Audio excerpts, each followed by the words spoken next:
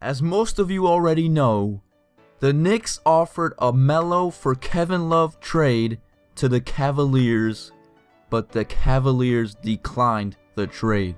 In this scenario, we will be seeing what would happen if this trade actually happened and how it would benefit or not benefit both teams. So we got the Cavaliers roster. We got LeBron and Kyrie still at the top. And third, we got Carmelo Anthony in a Cavaliers jersey. Will this mess up their chemistry? And I'm actually going to put Carmelo as power forward as a starter because he has to start. He will not be on a team if he is not starting.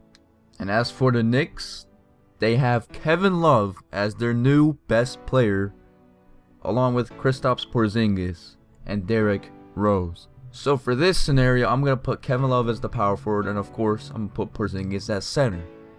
It only makes sense. That means Joakim will be coming off the bench, and I don't think he minds that. So if you were curious, this is what the rotation looks like for the Cavaliers.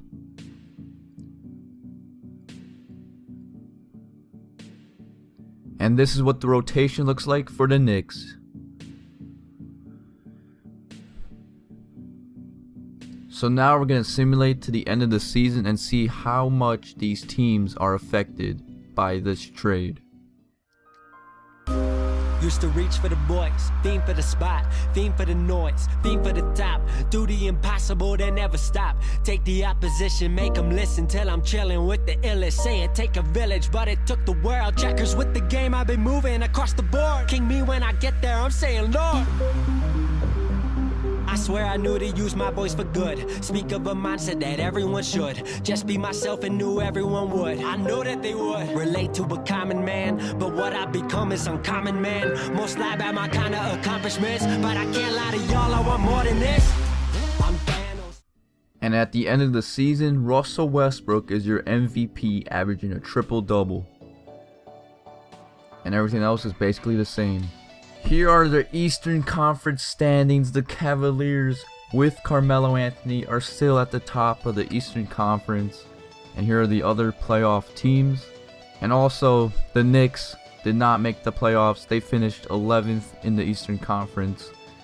The acquisition of Kevin Love did not help them. In the Western Conference, you have the Warriors as the 5th seed. I don't know about that, but okay. Here are the stats for the New York Knicks. Kevin Love quickly made himself known on the Knicks, averaging 19 points per game with 11 rebounds. And then it was Derrick Rose also averaging 19 with 4 rebounds and 7 assists. And then Porzingis with 15.5 points with 7.5 rebounds. As for the Cavaliers, Kyrie was the leading scorer, followed by LeBron. And Melo was the 3rd leading scorer, averaging 19 points. 6.7 rebounds and 5 assists. So this is the playoff bracket. In the first round, the Cavaliers are facing the Washington Wizards. Simulate current round. Cavaliers and the Wizards went to 7 games. That was a close call for the Cavaliers. And another thing to note, the Warriors lost in the first round. I don't know how they were a 5th seed, first of all. Simulate current round, we're facing the Cavaliers now. I mean the Celtics. And the Cavaliers beat the Celtics in 6 games, and now we're facing the Raptors in the Eastern Conference Finals. Cavaliers beat them in 6, setting up a Spurs versus Cavaliers NBA Finals matchup. A rematch for what happened in 2007. And the Cavaliers win the NBA Championship in 7 games. Over the San Antonio Spurs. LeBron is your finals MVP, averaging 15 points. LeBron averaging 15 points in the finals. That's not realistic. So in the playoffs, Kyrie was still the leading scorer, averaging 25 points. And Melo averaged 17.5, which is pretty low for him, honestly. He's known as a scorer. He also averaged 5.5 rebounds with 5 assists. J.R. Smith was also up there, averaging 12 points. In the finals, it was Carmelo who's the 2nd leading scorer, but in none of the rounds did Melo lead the team in scoring. It was always Kyrie Irving, except for the first round. So that's gonna do it for this video. This trade would make the Cavaliers win another NBA championship, just barely.